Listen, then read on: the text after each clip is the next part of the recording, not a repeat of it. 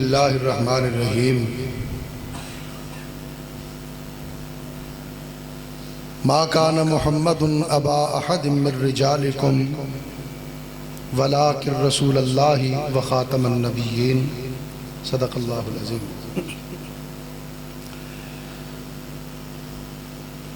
ہر قسم کی حمد و ثنا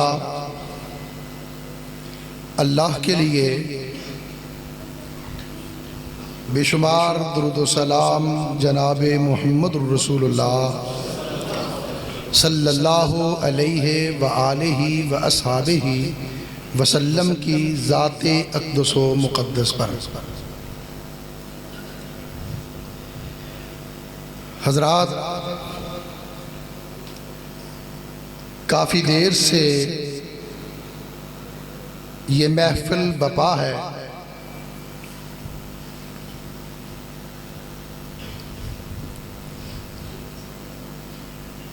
اصل خطاب خطیب ابن خطیب، قائد ابن قائد، حضرت علامہ معتصم الہی ظہیر صاحب حافظہ اللہ کا ہوگا۔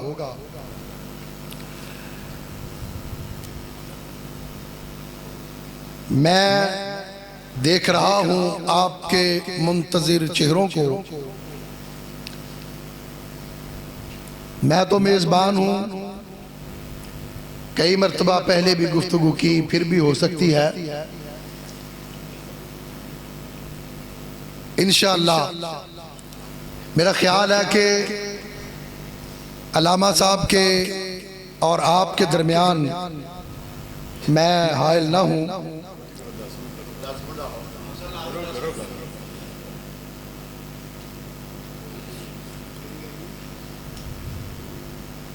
اصل میں علامہ صاحب کا ایک ایک منٹ قیمتی ہے۔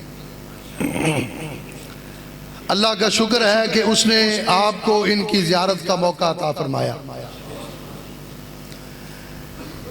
یہ پروگرام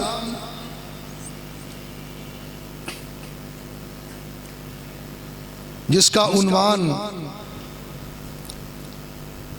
ختم نبوت کے حوالے سے اور عظمت صحابہ کے حوالے سے رکھا گیا،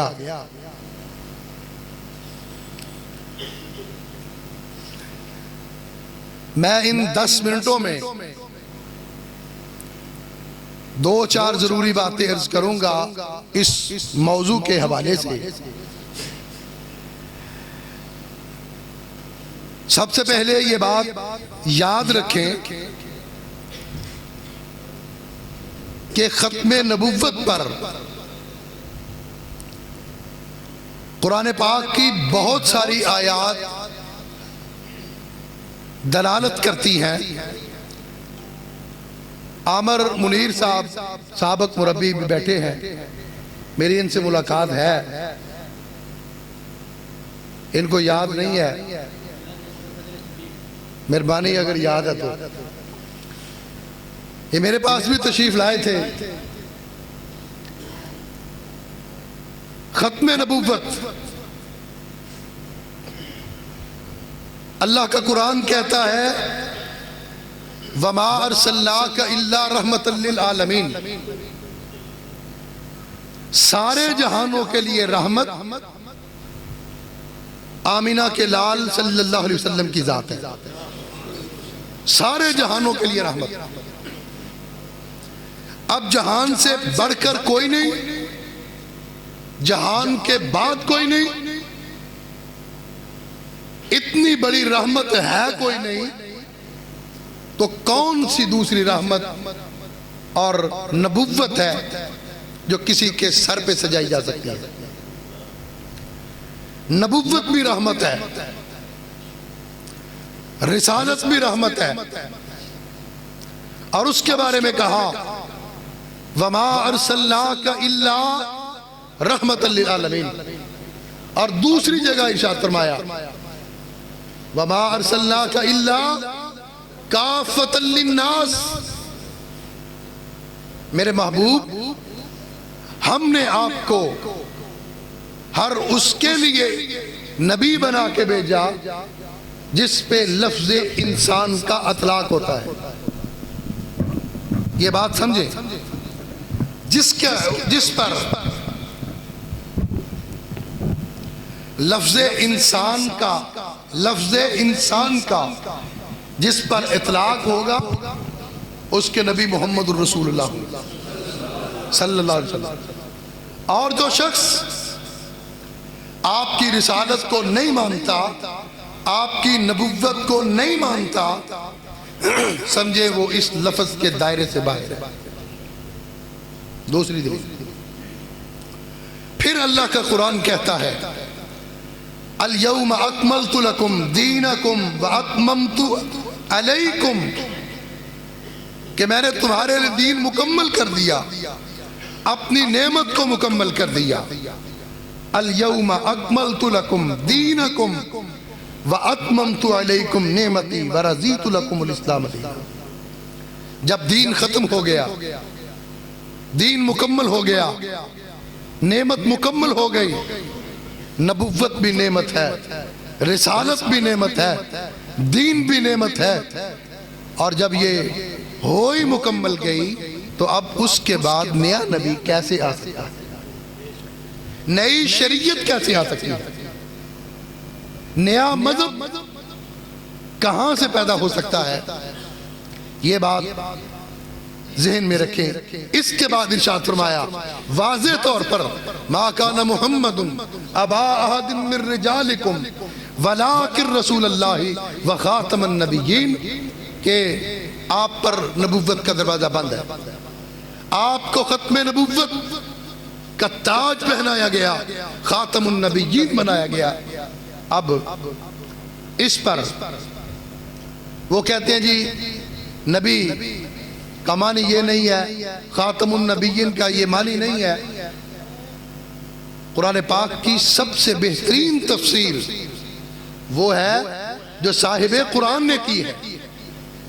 قرآن پاک کی بہترین تشریح, قرآن پاک کا بہترین مفہوم, قرآن پاک کا بہترین خلاصہ وہ ہے جو مکہ کے در یتیم, مدینہ کے تاجدار, رسولوں کے سردار جناب محمد الرسول اللہ صلی اللہ علیہ وسلم نے اپنی زبان مبارک سے ارشاد فرمایا لو کان نبی, لو کان بعد النبی عمر, اگر میرے بعد کوئی نبی ہوتا وہ عمر ہوتا. انا خاتم النبیین, لیکن میں تو خاتم النبیین. اس آیت کی تشریح, اس آیت کا مفہوم, اس آیت کا ترجمہ اللہ کے پیارے رسول صلی اللہ علیہ وسلم سے بڑھ کر کوئی نہیں کر سکتا. لیکن یہ بات یاد رکھیں, آقا علیہ السلام نے فرمایا میری امت میں 30 کذاب ہوں گے, 30 کذاب ہوں گے. ان میں ایک کذاب مسیلمہ کذاب بھی تھا. مسیلمہ کذاب جھوٹا نبی تھا کہ سچا نبی تھا؟ جھوٹا نبی تھا. لیکن مسیلمہ کذاب کے جھوٹ میں, مسیلمہ کذاب کے کذب میں, اور غلام احمد قادیانی کے جھوٹ اور کذب کے اندر زمین اور آسمان کا فرق ہے.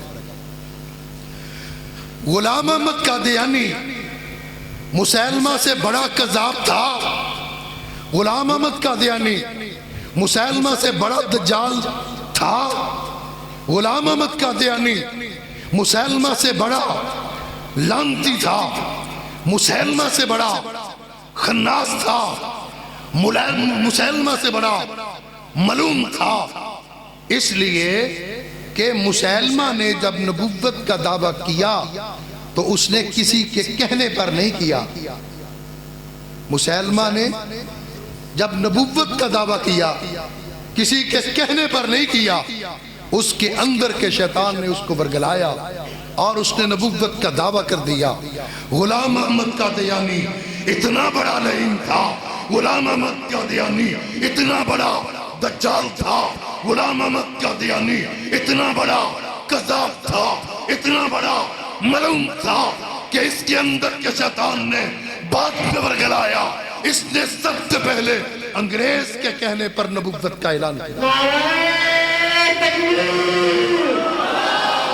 نعرہ تکبیر، ختم نبوت، ختم نبوت، ختم نبوت۔ حضرت مولانا بابر فاروق رحیمی صاحب، حضرت مولانا منصور العیدی صاحب، رانا مہاتما پروان صاحب۔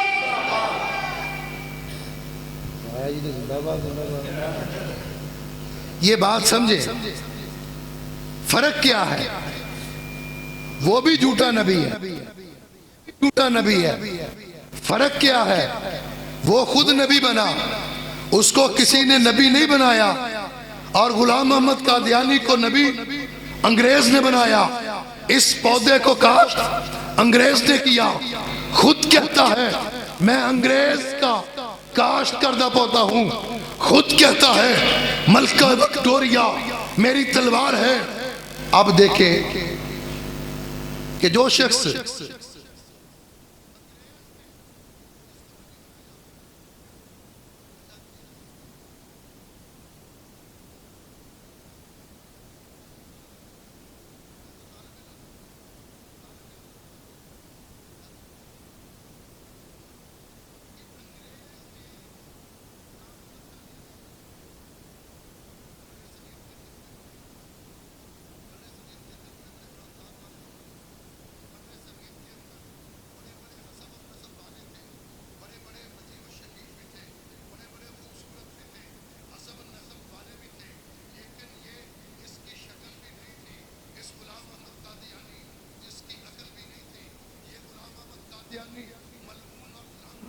جس کی صورت بھی نہیں تھی، جس کی سیرت بھی نہیں تھی، اس کو انگریز نے نبی کیوں بنایا؟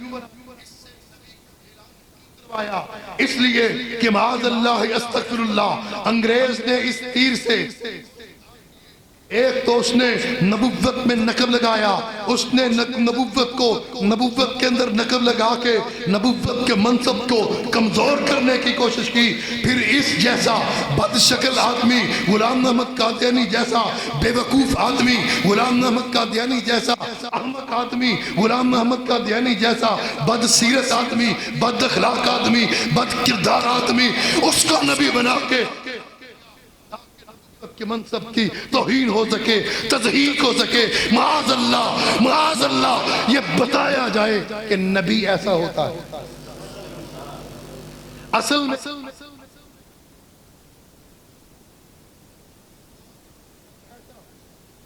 کہ نبی کے نام پہ جان قربان، نبی کے نام پر آپ سارا کچھ قربان، نبی پھر اگلی بات، وقت بڑا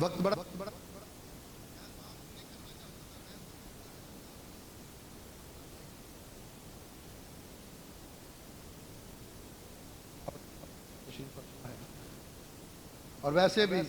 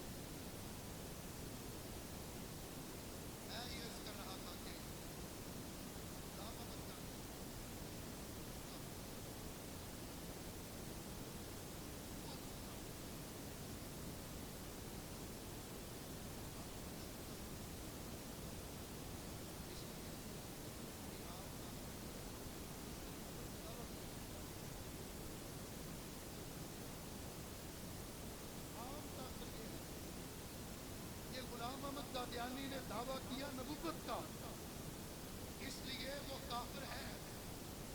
میں کہتا ہوں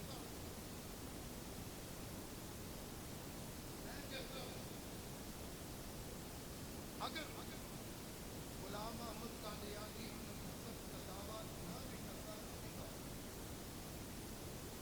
اگر غلام محمد قادیانی نبوت کا دعویٰ نہ بھی کرتا تب بھی وہ کذاب تھا. اگر غلام احمد قادیانی نبوت کا دعویٰ نہ بھی کرتا تب بھی وہ لعنتی تھا, تب بھی وہ ملعون تھا, تب بھی وہ دجال تھا. اس پر ہم دلائل رکھتے ہیں. نبوت, ختم نبوت بہت بڑی بات ہے, بہت بڑا موضوع ہے, بڑی شان اور آن عظمت والا. لیکن غلام احمد قادیانی اتنا بڑا دجال, اتنا بڑا کذاب, اتنا بڑا ملعون کہ اگر وہ نبوت نہ بھی کرتا تب بھی کافر. یہ بات سمجھنی چاہیے. ذلی نبی, بروزی نبی, ناقص نبی, امتی نبی, یہ کیا ہے؟ یہ کچھ نہیں ہے. یہ نئی نسل کو الفاظ کے ہیر پھیر میں لاتے ہیں. میں ڈائریکٹ بات کرتا ہوں. میں کہتا ہوں قادیانیوں, مرزائیوں, آؤ بیٹھ کے بات کرو. میں بتاتا ہوں اگر غلام احمد قادیانی نبوت کا دعویٰ نہ بھی کرتا تب بھی کافر تھا. عام کافر نہیں, کائنات کا بدترین کافر تھا, کائنات کا غلیظ ترین کافر ہے.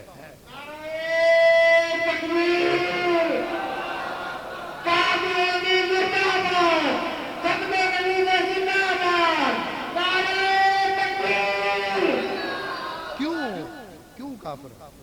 ہم قادیانی کو کیوں کافر کہتے ہیں؟ صرف ایک وجہ نہیں ہے, یہ بات یاد رکھیں. یہ نئی نسل, یہ نوجوان, ہمارے بچے, ان کو پتہ ہونا چاہیے صرف ختم نبوت ایشو نہیں ہے, صرف ختم نبوت موضوع نہیں ہے. قادیانیت کے کفر پر مہر لگانے کے لیے, قادیانیت کے دجل کو بے نقاب کرنے کے لیے ایک موضوع نہیں ہے, ہزاروں موضوع ہیں, ہزاروں دلائل ہیں جن سے ثابت ہوتا ہے کہ اس کائنات کے بدترین کافر ہے قادیانی. سمجھیں. مثلا آپ وہابی ہیں نا, الحمدللہ, بغیر دلیل کے تو ہم بات مانتے نہیں. جس شخص کا یہ عقیدہ ہو کہ اللہ نے کہا انت منی بمنزلتی اولادی, بتاؤ وہ مسلمان ہے کہ کافر؟ یہ غلام احمد قادیانی کہتا ہے اپنی کتاب میں کہ اے غلام احمد, کہتا ہے اللہ نے مجھے کہا انت منی بمنزلتی اولادی, کہ غلام احمد تو میرے نزدیک میری اولاد کی طرح ہے. قل هو اللہ احد اللہ الصمد لم یلد ولم یولد. کہتا ہے اللہ نے میرے ساتھ سارا کچھ کیا, مجھے حمل ہو, پھر مجھ سے میں پیدا ہو گیا. بتاؤ یہاں ختم نبوت کی دلیل کی کیا؟ یہ بات کہنے والا مسلمان ہو سکتا ہے؟ غلام احمد قادیانی کہتا ہے میں آدم سے افضل ہوں, میں نوح سے افضل ہوں, میں موسیٰ سے افضل ہوں, میں عیسیٰ سے افضل ہوں, میں زکریا سے افضل ہوں. سارے انبیاء کو 3 لاکھ معجزے ملے, اکیلے مجھ غلام احمد قادیانی کو 10 لاکھ معجزے ملے. کہتا ہے میں سارے انبیاء سے افضل ہوں, سارے انبیاء سے افضل. جو اللہ کی توہین کرے وہ مسلمان ہے کہ کافر؟ جو انبیاء کی توہین کرے وہ مسلمان ہے کہ کافر؟ حضرت عیسیٰ علیہ السلام کی وہ توہین, وہ باتیں جو ان بچوں کے سامنے میں بیان ہی نہیں کر سکتا. جو اس نے لکھا حضرت عیسیٰ علیہ السلام کے بارے میں, جو اس نے بکواسات, افواد جو بکی ہیں, وہ اس کے کفر کے لیے کافی تھا. اس کو نبوت کے ساتھ نہ جوڑا جائے. ختم نبوت کا موضوع عنوان ہی بہت بڑا, اس کو کافر ثابت کرنے کے لیے اور بڑے دلائل. جو شخص یہ بات کہے استغفر اللہ معاذ اللہ کہ میں نے حالت کشف میں دیکھا بی بی فاطمہ کی ران پہ میں نے سر رکھا ہوا ہے, بتاؤ وہ مسلمان ہے کہ کافر؟ میرے نوجوان بھائیوں, میرے بزرگوں, قادیانیت کا دجل, قادیانیت کی غلاظت, قادیانیت کی خباثت دنیا پر عیاں کی ہے. انشاءاللہ قیامت کی صبح تک کرتے رہیں گے. کہتا ہے کس حسین کی بات کرتے ہو؟ میں دامن جھاڑوں 100 حسین میرے دامن سے دیتا ہے. نبوت تو ختم نبوت تو بہت بلند موضوع ہے.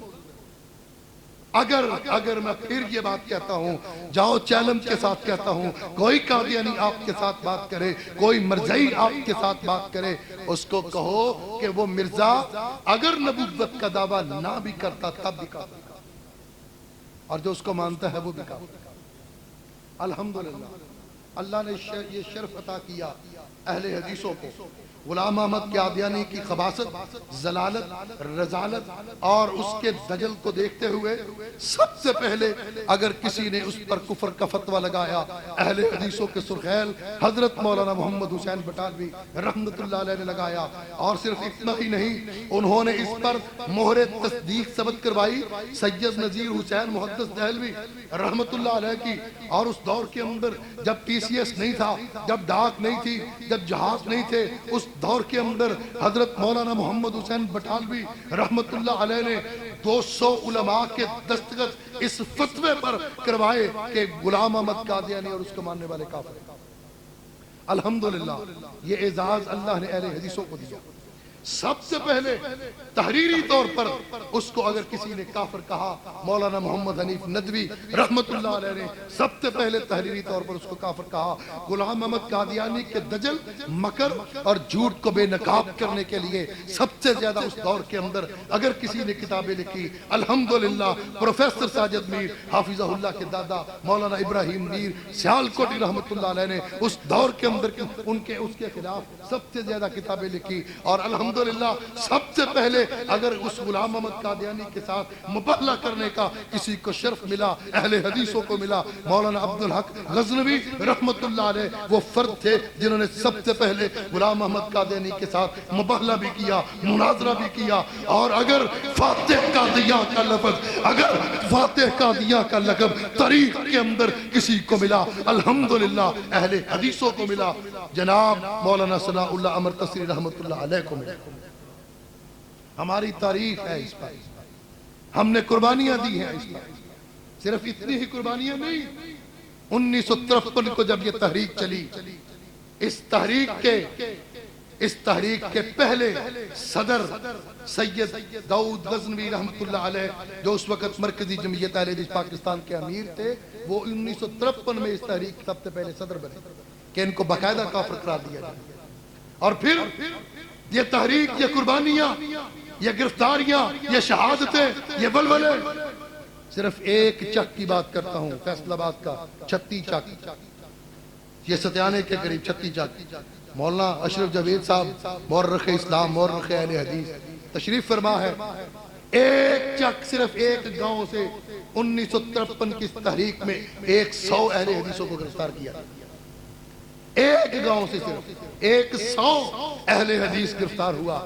انہوں نے قید و بم کی صعوبتیں برداشت کی، ایک گاؤں سے، ایک تحصیل کی بات نہیں کرتا، ایک ضلع کی بات نہیں کرتا، میں پورے ملک کی بات نہیں کرتا، ایک گاؤں سے ہمارے 100 نوجوان، 100 علماء 1953 میں گرفتار ہوئے۔ انہوں نے قید و بم کی صعوبتیں برداشت کی، انہوں نے مقدمات کو برداشت کیا، مقدمات کو جھیلے، لیکن اپنی منزل کو پا لیا۔ وہ منزل کیا تھی کہ پاکستان کے آئین کے اندر قادیانیت کے کفر کو درج کیا جائے۔ آخری بات کہنے لگا ہوں، یہ سمجھنے والی بات، یہ جو میں اب کرنے لگا ہوں، بات کیا ہے؟ کہتے ہیں جی مولوی کافر کافر کرتے، لو جی مولویوں نے ان کو کافر قرار دے دیا۔ یہ مولویوں کی بات ہے جی، وہ چھوڑو جی مولوی مولوی مولوی۔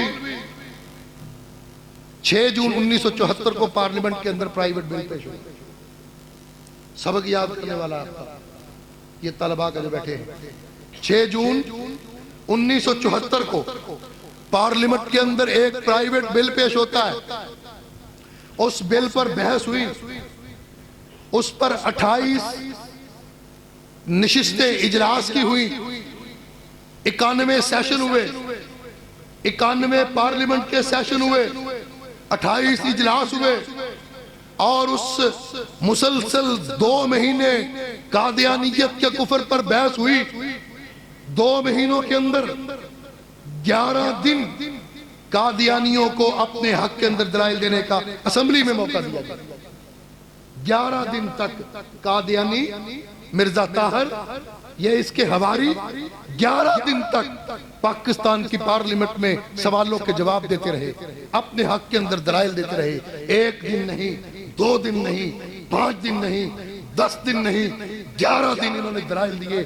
17 گھنٹے لاہوری گروپ نے پارلیمنٹ کے اندر اپنے حق کے اندر دلائل دیے. اتنا کھلا فورم تھا، اتنی کھلی بحث تھی. 2 مہینے یہ بحث چلی، 91 سیشن ہوئے، 28 اجلاس ہوئے، 11 دن تک مسلسل قادیانی اپنے حق کے اندر دلائل دیتے رہے. اور پھر 5 اور 6 ستمبر کو اس وقت کے اٹارنی جنرل یحییٰ بختیار نے اس بحث کو سمیٹا.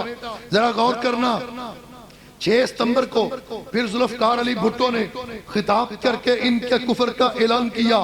میں جو بات بتانے لگا ہوں، جس وقت یہ اسمبلی تھی 1973 کا آئین مارز وجود میں آیا، اور 1973 کے آئین کے بارے میں یہ کہا جاتا ہے کہ یہ متفقہ آئین ہے، پاکستان کا متفقہ آئین 1973 کا آئین ہے. لیکن 1973 کے آئین میں جب یہ بل پاس ہوا، جب یہ آئین پاس ہوا، ایک شخص تھا جس نے اس بل کی مخالفت کی. ایک شخص کی مخالفت کے باوجود 1973 کے آئین کو متفقہ آئین کہا جاتا ہے. لیکن 1974 کو جب 6 ستمبر کو اس پر ووٹنگ ہوتی ہے، ذوالفقار علی بھٹو اس پر خطاب کرتا ہے، قادیانیوں کے کفر کا اعلان کرتا ہے. تو ذوالفقار علی بھٹو بتاؤ کس مدرسے کا فارغ تھا؟ ذوالفقار علی بھٹو کیا مولوی تھا؟